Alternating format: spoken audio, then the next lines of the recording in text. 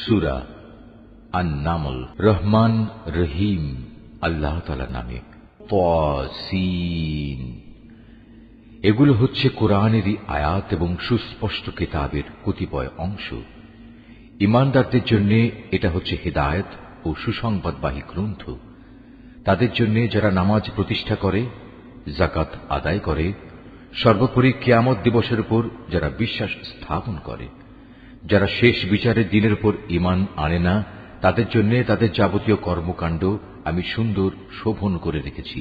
ফলে তারা উদ্ভ্রান্তের মতো আপন কর্মকাণ্ডের চারপাশে ঘুরে বেড়ায়। এরাই হচ্ছে সেসব লোক যাদের জন্য রয়েছে জাহান্নামের কঠিন আযাব, আর পরকালেও এ লোকেরা ভীষণ ক্ষতির সম্মুখীন হবে। হে নবী, নিশ্চয়ই প্রবল প্রজ্ঞাময় সর্বজ্ঞ আল্লাহ তাআলার পক্ষ থেকে তোমাকে এ কোরআন দেওয়া হয়েছে। স্মরণ করো যখন মূসা তার পরিবারের লোকজনদের বলেছিল, আমি আগুন সদৃশ্য কিছু একটা দেখতে পেয়েছি, সেখান থেকে আমি এক্ষুনি তোমাদের কাছে হয় পথঘাটের ব্যাপারে কোনো খোঁজ খবর কিংবা তোমাদের জন্য একটি অঙ্গার নিয়ে আসব, যাতে করে তোমরা এ ঠান্ডার সময় আগুন পোহাতে পারো। অতঃপর সে যখন আগুনের কাছে পৌঁছল, তখন তাকে অদৃশ্য থেকে আওয়াজ দেওয়া হল, বরকতময় হোক সে নূর যা এ আগুনের ভেতর আলোকিত হয়ে আছে, বরকতময় হোক সে মানুষ যে এর আশেপাশে রয়েছে। সৃষ্টিকুলের মালিক আল্লাহ তাআলা কত পবিত্র, প্রশংসিত। আওয়াজ এলো, হে মূসা, আমি হচ্ছি আল্লাহ তাআলা, মহাপরাক্রমশালী ও প্রবল প্রজ্ঞাময়। হে মূসা, তুমি তোমার হাতের লাঠিটা জমিনে নিক্ষেপ করো। অতঃপর সে যখন তাকে দেখল জমিনে জীবিত সাপের মতো তা ছোটাছুটি করছে, তখন সে কিছুটা ভীত হয়ে উল্টো দিকে দৌড়তে লাগলো, পেছনের দিকেও তাকালো না। আমি বললাম, হে মূসা, ভয় পেও না, আমার সামনে নবী রাসূলরা কখনো ভয় পায় না। হ্যাঁ, যদি কেউ কখনো কোনো অন্যায় করে তাহলে তা ভিন্ন কথা, কিন্তু সে যদি অন্যায়ের পর তার বদলে পুনরায় নেক আমল করে, তাহলে সে যেন জেনে রাখে আমি অবশ্যই ক্ষমাশীল ও পরম দয়ালু। হে মূসা, এবার তুমি তোমার হাত দুটো তোমার জামার বুক পকেটের ভেতর ঢুকিয়ে দাও। বের করে আনলে দেখবে কোন রকম দোষ ত্রুটি ব্যতি রেখেই তা উজ্জ্বল হয়ে বেরিয়ে এসেছে। এই মুজিজাগুলো সে 9টি নিদর্শনেরই অন্তর্গত, যা ফেরাউন ও তার জাতির জন্য আমি মূসার সাথে পাঠিয়েছিলাম। ওরা অবশ্যই ছিল একটি গুনাহগার জাতি। অতঃপর যখন তাদের কাছে আমার উজ্জ্বল নিদর্শনসমূহ হাজির হল, তখন তারা বলল, এ তো হচ্ছে স্পষ্ট জাদু। তারা জুলুম ও ঔদ্ধত্যের কারণে তার সবকিছু প্রত্যাখ্যান করল, যদিও তাদের অন্তর এসব নিদর্শন সত্য বলে গ্রহণ করে নিয়েছিল। অতঃপর হে নবী, তুমি দেখে নাও আমার জমিনে বিপর্যয় সৃষ্টিকারীদের কি পরিণাম হয়েছিল। আমি অবশ্যই দাউদ এবং সুলাইমানকে দিন দুনিয়ার জ্ঞান দান করেছিলাম। তারা উভয়ই বলল, যাবতীয় তারিফ আল্লাহ তাআলার, যিনি তার বহু ঈমানদার বান্দার উপর আমাদের শ্রেষ্ঠত্ব দান করেছেন। দাউদের মৃত্যুর পর সুলাইমান দাউদের উত্তরাধিকারী হল। উত্তরাধিকার পেয়ে সে তার জনগণকে বলল, হে মানুষরা, আমাকে আল্লাহ তাআলার পক্ষ থেকে পাখিদের বুলি পর্যন্ত শেখানো হয়েছে। এছাড়াও আমাকে দুনিয়ার প্রতিটি জিনিসই দেওয়া হয়েছে। এ হচ্ছে আল্লাহ তাআলার এক সুস্পষ্ট অনুগ্রহ। সুলাইমানের সেবার জন্য মানুষ, জিন ও পাখিদের মধ্যে থেকে এক বিশাল বাহিনী সমবেত করা হয়েছিল। এরা আবার বিভিন্ন বুহে সুবিন্যস্ত ছিল। সুলাইমান একবার অভিযানে বের হল। তারা যখন পিপিলিকা অধ্যুষিত উপত্যকায় পৌঁছল, তখন একটি স্ত্রী পিপিলিকা তার স্বজনদের বলল, হে পিপিলিকার দল, তোমরা দ্রুত নিজ নিজ গর্তে ঢুকে পড়ো। দেখো, এমন যেন না হয় সুলাইমান ও তার বাহিনী নিজেদের সম্পূর্ণ অজান্তে তোমাদের পায়ের নিচে পিষে ফেলবে।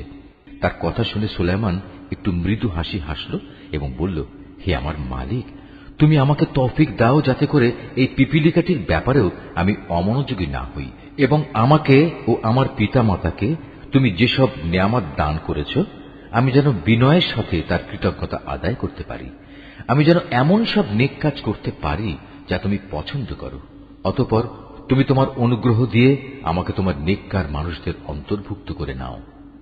একবার সে তার পাখি বাহিনী পর্যবেক্ষণ করতে শুরু করল এবং এক পর্যায়ে বলল, কি ব্যাপার, হুদহুদ নামক পাখিটা দেখছি না যে?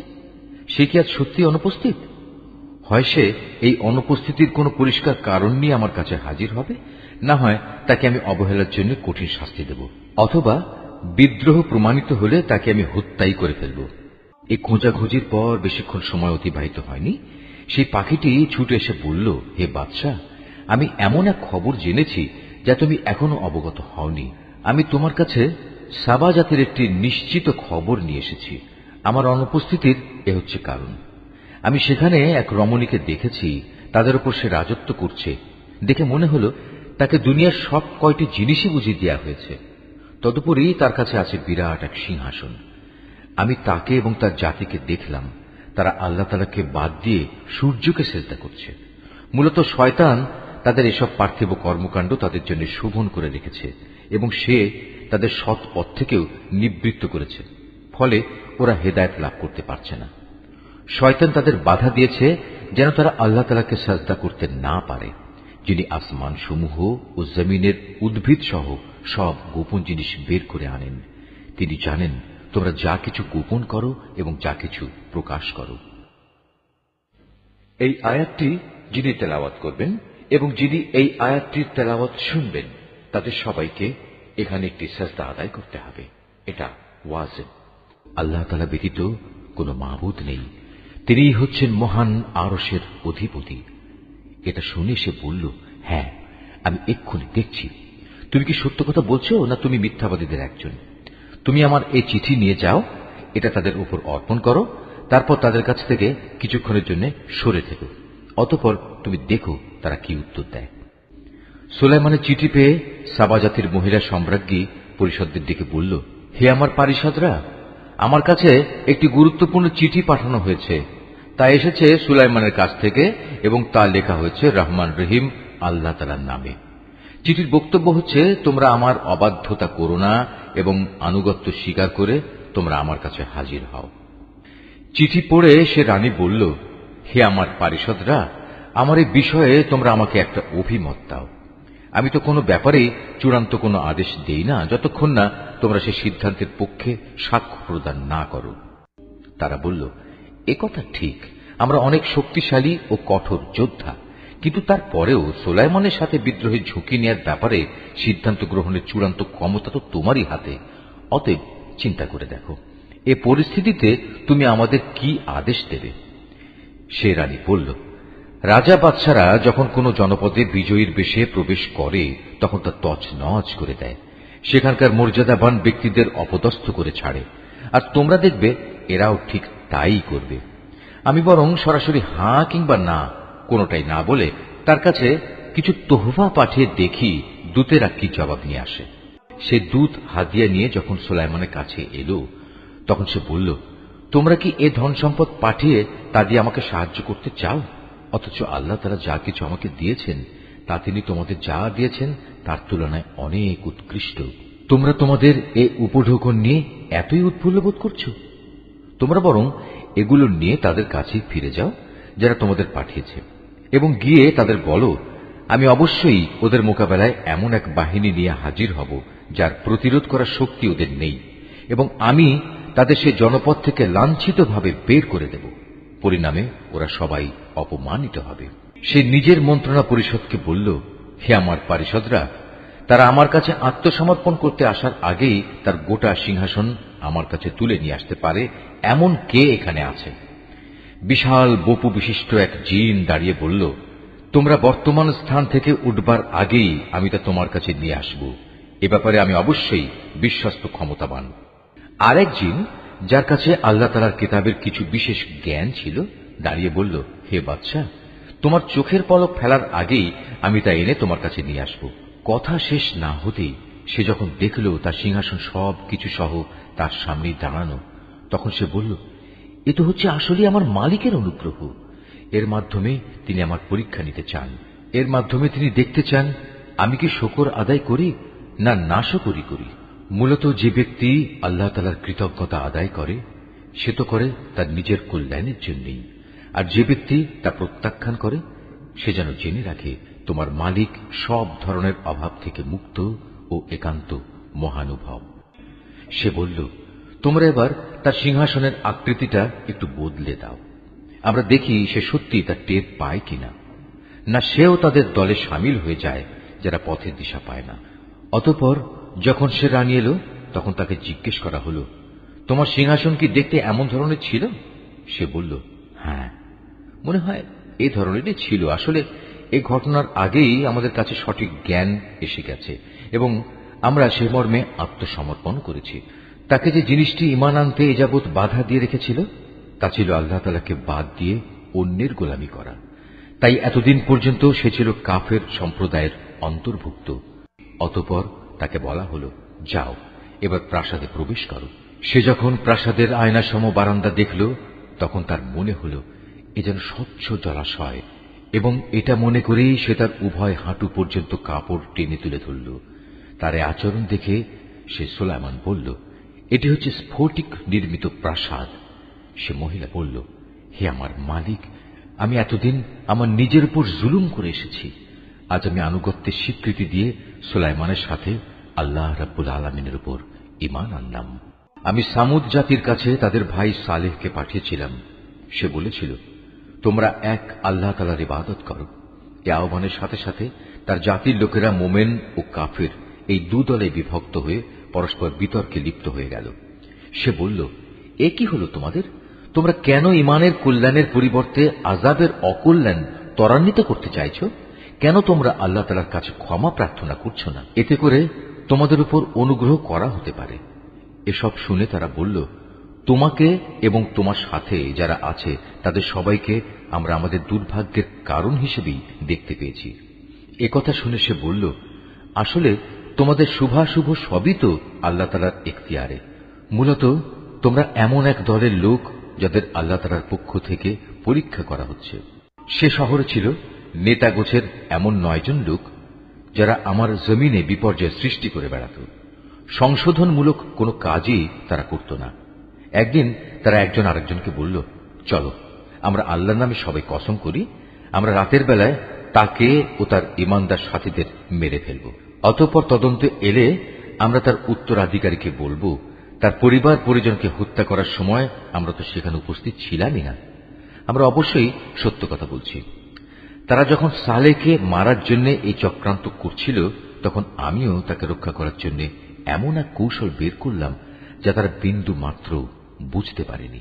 হে নবী, আজ তুমি দেখো তাদের চক্রান্তের কি পরিণাম হয়েছে। আমি তাদের এবং তাদের জাতির সবাইকে ধ্বংস করে দিয়েছি।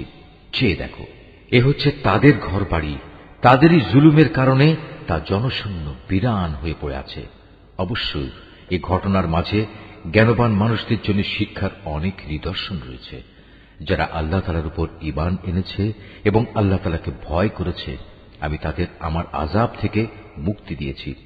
আর হে নবী, তুমি লূতের কথাও এদের স্মরণ করাও, যখন সে তার জাতিকে বলল, তোমরা কেন অশ্লীল কাজ করছো, অথচ তোমরা এর পরিণাম ভালো করেই দেখতে পাচ্ছ। তোমরা কি তোমাদের যৌন তৃপ্তির জন্য নারীকে বাদ দিয়ে পুরুষের কাছেই আসবে? মূলত তোমরা হচ্ছে একটি মূর্খ জাতি। তার জাতির লোকদের কাছে এর শুধু এটুকু উত্তরই ছিল, লূত পরিবারকে তোমাদের এই জনপদ থেকে বের করে দাও, কেননা এরা কয়েকজন হচ্ছে একটু বেশি ভালো মানুষ। পরিশেষে আমি তাকে ও তার পরিবার পরিজনকে আযাব থেকে উদ্ধার করলাম, তবে তার স্ত্রীকে নয়।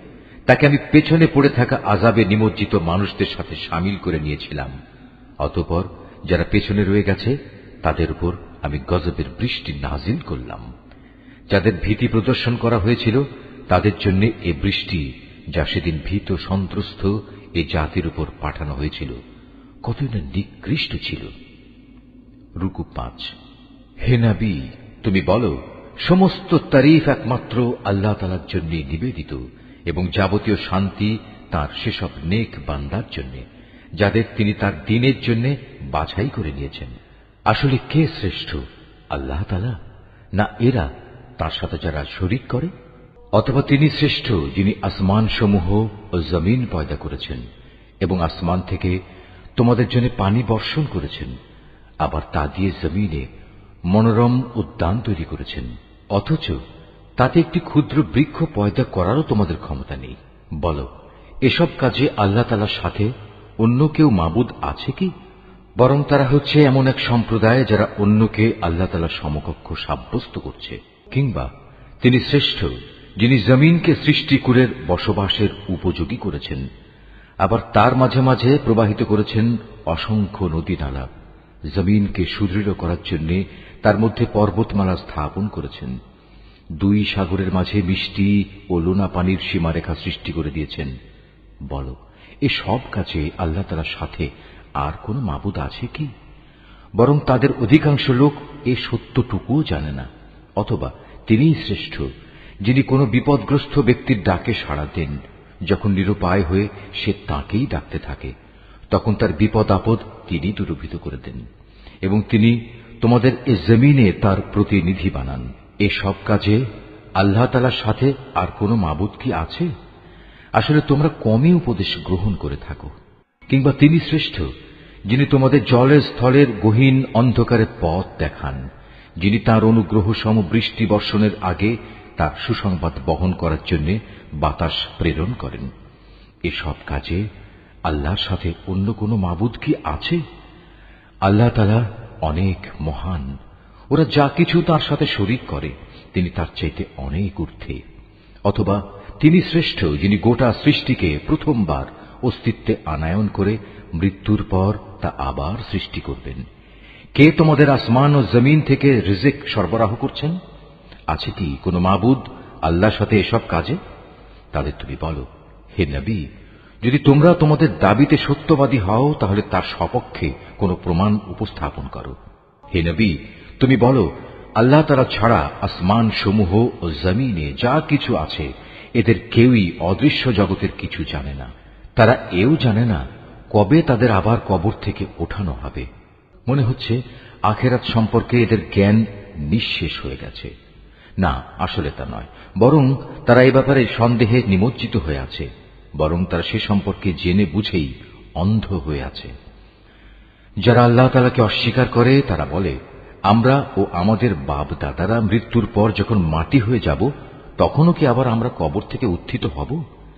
এমন ধরনের ওয়াদা তো আমাদের সাথে এবং এর আগে আমাদের বাপ দাদাদের সাথেও করা হয়েছিল। আসলে এগুলো ভিত্তিহীন কথা ছাড়ার কিছুই নয়, যা পূর্ববর্তীদের থেকে বর্ণিত হয়ে আসছে। হে নবী, তুমি বলো, তোমরা আল্লাহর জমিনে সফর করো এবং দেখো অপরাধীদের পরিণাম কি ভয়াবহ হয়েছে। তুমি ওদের কোনো কাজের উপর দুঃখ করো না। যা কিছু ষড়যন্ত্র এরা তোমার বিরুদ্ধে করুক না কেন, তাতেও মনক্ষুণ্ণ হও না। তারা বলে, যদি তোমরা সত্যবাদী হও, তাহলে বলো আযাবের ওয়াদা কখন আসবে। হে নবী, তুমি বলো, আযাবের যে বিষয়টি তোমরা ত্বরান্বিত করতে চাচ্ছ, তার কিছু অংশ সম্ভবত তোমাদের পেছনে এসে দাঁড়িয়েই আছে। অবশ্যই তোমার মালিক মানুষদের প্রতি অত্যন্ত দয়াবান, কিন্তু অধিকাংশ মানুষই আল্লাহ তাআলার অনুগ্রহের শুকর আদায় করে না। যা কিছু তাদের মন গোপন করে রাখে আর যা কিছু তা বাইরে প্রকাশ করে, তোমার মালিক তা ভালো করেই জানেন। আসমান ও জমিনে এমন কোন গোপন রহস্য নেই যা আমার সুস্পষ্ট গ্রন্থে লিপিবদ্ধ নেই। অবশ্যই এ কোরআন বনী ইসরায়েলদের উপর তাদের এমন অনেক কথা প্রকাশ করে দেয়, যার ব্যাপারে তারা একে অপরের সাথে মতভেদ করে থাকে। নিঃসন্দেহে এ কোরআন হচ্ছে ঈমানদারদের জন্য আল্লাহ তাআলার পক্ষ থেকে হেদায়েত ও রহমত। হে নবী, তোমার মালিক নিজ প্রজ্ঞা অনুযায়ী এদের মাঝে মীমাংসা করে দেবেন। তিনি পরাক্রমশালী, তিনি সর্বজ্ঞ। অতএব হে নবী, সর্বাবস্থায় তুমি আল্লাহ তাআলার উপর নির্ভর করো। নিঃসন্দেহে তুমি সুস্পষ্ট সত্যের উপর প্রতিষ্ঠিত রয়েছ। তুমি মৃত লোকদের কখনো কিছু শোনাতে পারবে না, বধিরকেও তোমার আওয়াজ শোনাতে পারবে না, বিশেষ করে যখন তারা তোমাকে দেখে মুখ ফিরিয়ে নেয়। একইভাবে তুমি অন্ধদেরও তাদের গুমরাহি থেকে সঠিক পথের উপর আনতে পারবে না। তুমি তো শুধু তাদেরই তোমার কথা শোনাতে পারবে যারা আমার আয়াতসমূহের উপর ঈমান আনে এবং সে অনুযায়ী আল্লাহ তাআলার কাছে আত্মসমর্পণ করে। শুনে রাখো, যখন আমার প্রতিশ্রুত সময় তাদের উপর এসে পড়বে, তখন আমি মাটির ভেতর থেকে তাদের জন্য এক অদ্ভুত জীব বের করে আনব, যা অলৌকিকভাবে তাদের সাথে কথা বলবে, কেননা মানুষরা আমার আয়াতসমূহে বিশ্বাস করত না। রুকু 7। সেদিনের কথা ভাবো, যেদিন আমি প্রতিটি উম্মত থেকে এক একটি দলকে এনে জড়ো করব, যারা আমার আয়াতসমূহকে মিথ্যা প্রতিপন্ন করেছে। অতঃপর তাদের বিভিন্ন দলে উপদলে ভাগ করে দেয়া হবে। এমনি করে ওরা যখন আল্লাহ তাআলার সামনে হাজির হবে, তখন আল্লাহ তাআলা তাদের জিজ্ঞেস করবেন, তোমরা কি আমার আয়াতসমূহকে শুধু এ কারণেই অস্বীকার করেছিলে যে তোমাদের সীমিত জ্ঞান দিয়ে তোমরা সে আয়াতের মর্ম পর্যন্ত পৌঁছতেও পারোনি? বলো, তার সাথে তোমরা আর কি আচরণ করতে? যেহেতু এরা দুনিয়ার জীবনে নানা ধরনের জুলুম করেছে, তাই আজ এদের উপর আযাবের প্রতিশ্রুতি পুরো হয়ে যাবে। এরা আর কোন রকম উচ্চ বাচ্চাও করতে পারবে না। এরা কি দেখেনি আমি রাতকে এজন্যই তৈরি করেছি যেন তারা তাতে বিশ্রাম করতে পারে। অপরদিকে জীবিকার প্রয়োজনে দিনকে বানিয়েছি আলোক উজ্জ্বল। অবশ্যই এর দিবারাত্রির পার্থক্যের মাঝে তাদের জন্য অনেক নিদর্শন রয়েছে যারা আল্লাহ তাআলার উপর ঈমান আনে। যেদিন সিঙায় ফু দেয়া হবে, যারা আসমান সমূহে আছে এবং যারা জমিনে আছে তারা সবাই সেদিন ভীত সন্ত্রস্ত হয়ে পড়বে। তবে তাদের কথা আলাদা যাদের আল্লাহ তাআলা এ থেকে বাঁচাতে চাইবেন। সবাই সেদিন তার সামনে অবনমিত অবস্থায় হাজির হবে। হে মানুষ, আজ তুমি পাহাড়কে দেখতে পাচ্ছ। তুমি মনে করে নিয়েছ তা অনড় হয়ে দাঁড়িয়ে আছে, কিন্তু কিয়ামতের দিন এ পাহাড়গুলোই মেঘের মতো উড়তে থাকবে। এটা আল্লাহ তাআলার সৃষ্টির শৈল্পিক নিপুণতা, যিনি প্রতিটি জিনিস মজবুত করে বানিয়ে রেখেছেন। তোমরা যা কিছু করছো অবশ্যই আল্লাহ তাআলা সেসব ব্যাপারে সম্যক অবগত আছেন। সেদিন যে ব্যক্তি কোনো নেক কাজ নিয়ে আমার সামনে হাজির হবে তাকে উৎকৃষ্ট প্রতিফল দেয়া হবে। এমন ধরনের লোকেরা সেদিনের ভীতিকর অবস্থা থেকেও নিরাপদ থাকবে। অপরদিকে যে ব্যক্তি কোন রকম মন্দ কাজ নিয়ে আসবে তাদের সেদিন উল্টো করে আগুনে নিক্ষেপ করা হবে। জাহান্নামের প্রহরীরা তাদের বলবে, তোমরা যা কিছু করতে তার বিনিময় হিসেবে এছাড়া আর কি কিছুই তোমাদের দেয়া যাবে? হে নবী, তুমি বলো, আমাকে তো শুধু এইটুকু আদেশ দেয়া হয়েছে যেন আমি এ মক্কা নগরীর আসল মালিকের ইবাদত করি, যিনি একে সম্মানিত করেছেন। মূলত তিনি হচ্ছেন সব কিছুর একমাত্র মালিক। আমাকে এও হুকুম দেয়া হয়েছে যেন আমি তাঁরই আদেশের সামনে আত্মসমর্পণ করি। আমি যেন কোরআন তেলাওয়াত করি। অতঃপর যে ব্যক্তি হেদায়েতের পথ অনুসরণ করবে সে তো তা করবে তার নিজের মুক্তির জন্যই, আর যে ব্যক্তি এর পরেও গোমরাহ থেকে যাবে তাকে শুধু তুমি এটুকু বলো, আমি তো কেবল তোমার জন্য জাহান্নামের একজন সতর্ককারী মাত্র। তুমি আরো বলো, সমস্ত প্রশংসা একমাত্র আল্লাহ তাআলার জন্যই। অচিরেই তিনি তোমাদের এমন কিছু নিদর্শন দেখাবেন যা দেখলে তোমরা তা সহজেই চিনে নেবে। তোমরা যা কিছু আচরণ করছো আল্লাহ তাআলা সে সম্পর্কে মোটেই বেখবর নন।